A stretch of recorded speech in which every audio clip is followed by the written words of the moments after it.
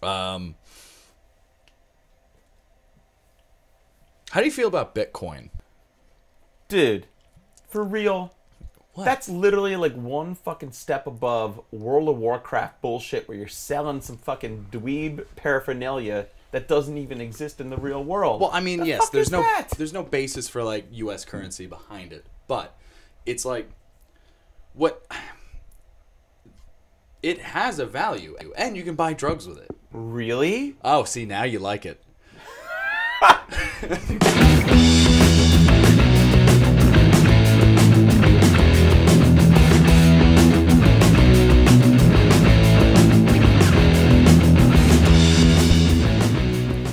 Hi, welcome to the next installment of There's Drinking to be Done Under the L. I'm Skinny Pete, and with me tonight is Edward Gieda III.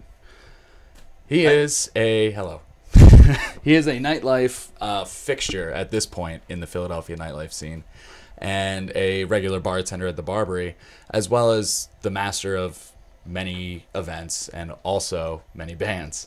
This is true. So we're here today to discuss the 4th year anniversary of Guitar Army. Now, Eddie, for the uninitiated, how would you describe Guitar Army? What is it? In my personal words, it's an amalgamation of the most vital and charismatic music that's ever been created. It's punk rock, it's proto-punk, it's garage rock, it's new wave, it's all the good stuff, the best rock and roll that's ever been created. And with that, the scene that sort of like has always supported that sort of like that vibe. It's actually fairly impressive that an event like this has survived, almost like the music that it showcases, for as long as it has. 4 years. That's grandpa age when it comes to the nightlife scene. Yeah, that's like a millennium in terms of like nightlife and DJ events for sure, man. Absolutely, and that's just something to be proud of by itself. So I have to ask, like, what do you think it is that keeps it fresh? Like, especially being such, like older music compared to what most people are listening to in clubs nowadays. What keeps it fresh and keeps people coming out for it? Yeah, that's a good question because, I've always, ever since I started DJing, I've always sort of championed like older stuff, like the roots kind of shit, where it's like, all right, like I started DJing soul music, like 60s, 50s, and 60s soul, and that was the kind of stuff that really just like floated my boat, like in like the late 90s when I first started like collecting records and spinning out. And it's odd to see younger people tapping into older music because you talk to like a lot of like people that are in their 60s and 70s and they're just like that's crazy that you listen to like the music that I grew up with.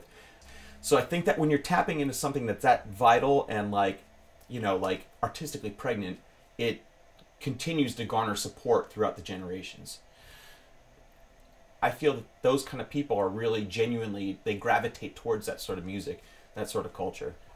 Now, you've been doing Guitar Army for the entirety of its 4 years, I believe, at the Barbary, correct? That's right, yeah. How do you feel about the Barbary staying as a continued venue? I mean, you stuck it out this long, so there's something about it that you like.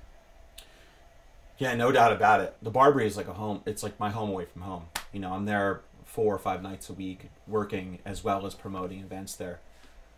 In the future, like in 5 or 10 years from now, we'll look back at that club as being something that's like, whoa, that was like a subcultural sort of like staple in a lot of senses. And it's like a really welcoming place for artists and weirdos and all kinds of crazies that like to hang out there, myself included. And I just feel like, if the shoe fits, wear it, man. It's like just compact, squeezed in, gritty, dark, and just like wholly inviting, and it's just like it's kind of a perfect sort of venue for that type of event. I can't picture it being elsewhere in Philadelphia. I know I feel very similarly about the Barbary. I mean, we have our flagship event there, so hell yeah, we can definitely understand that mystique.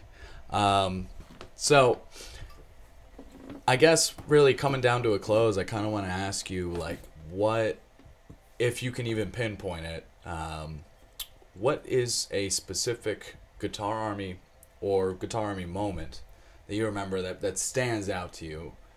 For me personally, bridging that that connection between live music and the DJ experience.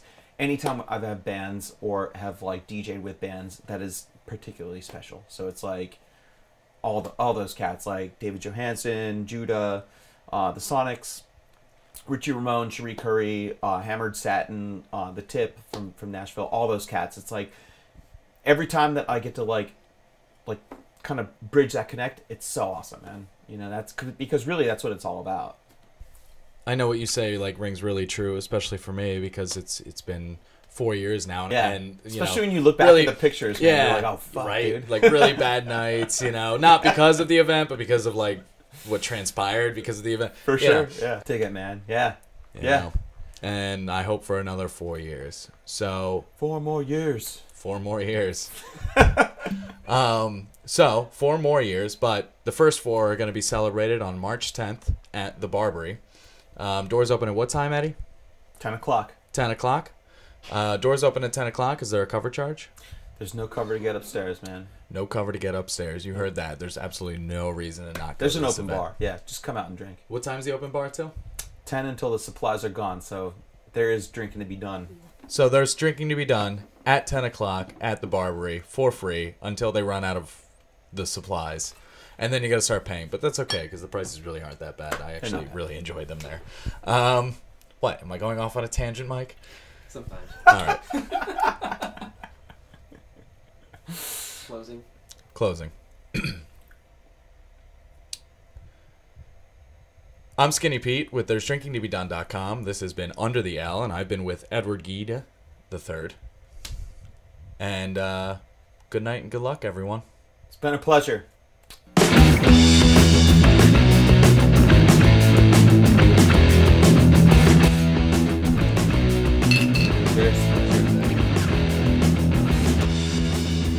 It's an entirely anonymous. Yes, it is an entirely anonymous. Black market. It sounds like some all kind And then of you just bullshit, convert it. man. You're good to go. It's legit. It's been going on for years now.